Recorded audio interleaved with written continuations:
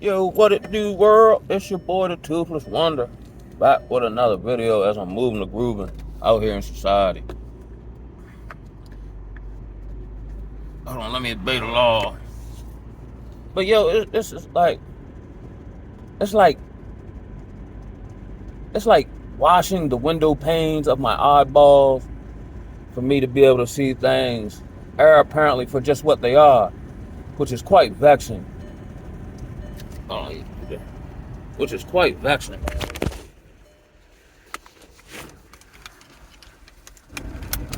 But yo, I'm thoroughly under this impression, and I understand it now from more of a spiritual perspective with, you know, insight as I attempt to, grow, evolve, learn from every situation, circumstance, whether it be I label it good or bad.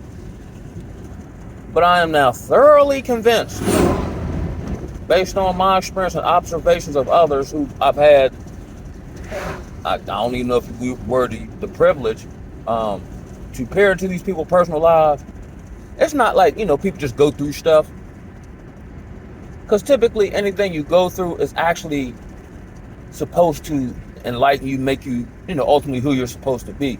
But I don't see a whole lot of that. I see people making decisions repeatedly, as I have done, and they're going and they're being like they're just getting destroyed by their own decision making. Like in previous videos when I covered, using the analogy of the wine of Babylon, how everyone's drunk and the traits of a drunk person. Your judgment typically goes out when you're drunk. These people aren't alcoholics, but they're drunk on this society and this culture, which has them inwardly devoid. So from my experience, when you're inwardly devoid, you become more externally geared. I just see nothing but people jumping from person to person to person. And then these same, like, okay, let's say women, or dudes for that matter. I'll use women, because this is more of a talking point. Oh, men ain't ish. But then when you look at the history of her body count, the men you chose ain't ish. Your picker is broken. But you picked the wrong guys on purpose. You know main man ain't nothing. But main man who ain't nothing ain't gonna require no whole bunch out of you. Hence you get what your hand called for. Take me for instance. In the background app of my mind, I'm constantly running this program to, engage with women in a way that it limits liability and maximizes just the overall outcome of the interaction. And I can't really find one unless it's just organic and just happens. But I can't come up with an equation in which to say, I'm going to go about this way and I'll get this. But then when I weigh up on the scale, is what I'm getting worth what's coming on the back end? No. It's not. Not to me. It's not even worth running the risk of even potentially putting my peace, good name, whatever have you in jeopardy. Not for the kid. I don't know about anybody else, but that's just not a task I'm willing to take, because now having had fought to get it, not realizing I was on that path, I'm very protective of it. You protect anything you value.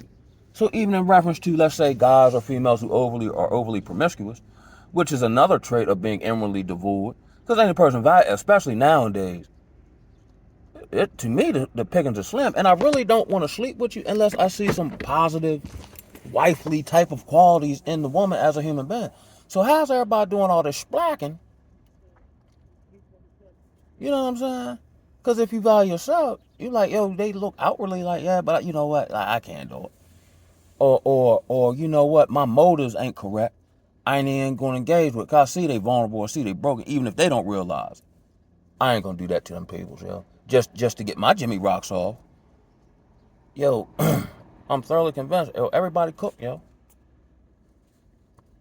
They cooked to a crisp, and without any repentance that would come from getting the true or the weight of your bad consequences over a period of time that would make you look at self.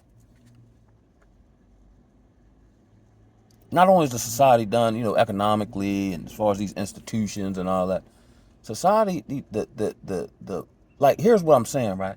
There are no more good people. Like, that's been wiped away with. You're either trending to the dark side or you're trending towards the Most High. There's no in between. There's no fence. There's no lukewarmness anymore. You know what I'm saying? Because the impositions of society, spiritually, economically, the psyops they run through TV and music are such that you're going to go backwards by default unless you cling to the Most High. You can be good, strong person all you want.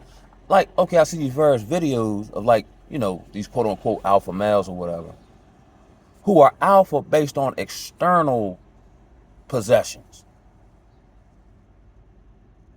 But if you strip the man or something happens, do you still operate as such?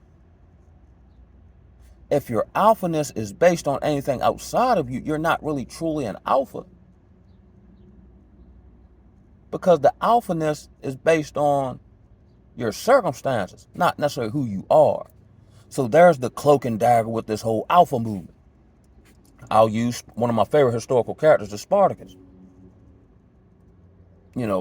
Essentially based on the idea of what happened to him, he basically took on Rome, moved here, moved there. He almost toppled one of the most powerful regimes or world empires ever, with a ragtag bunch of dudes who had been traumatized for a greater goal and purpose. But he started with nothing. He was a slave. He was a gladiator. You see what I'm saying? Like, all these talking points that I be seeing online that sound good and these crafty arguments, like the Yada Awakening, man, hold no real world application for the regular dude. Everybody's not a superstar. Everybody's not super spectacular.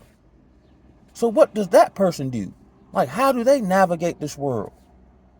Get your money up. Yeah, I mean, I'm all for striving, but that might not be your lot in life. So you're not a man because you don't make 6 figures of fake money?